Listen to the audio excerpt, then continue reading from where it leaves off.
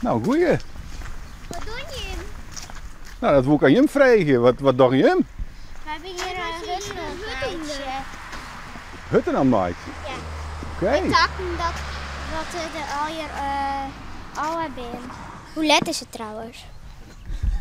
Het is bijna jouw tol.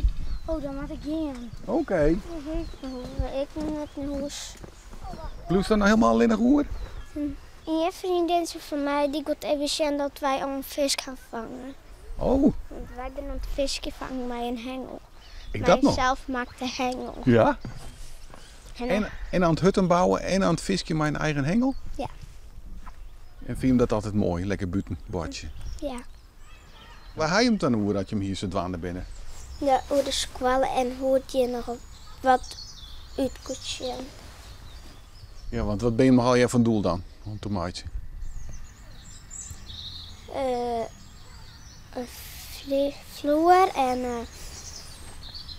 een paar planten ergens stil zetten.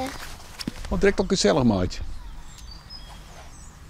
Maar en er ben geen jongens bij. Nee, want die slopen soms de hut meer Ja? dan famkes.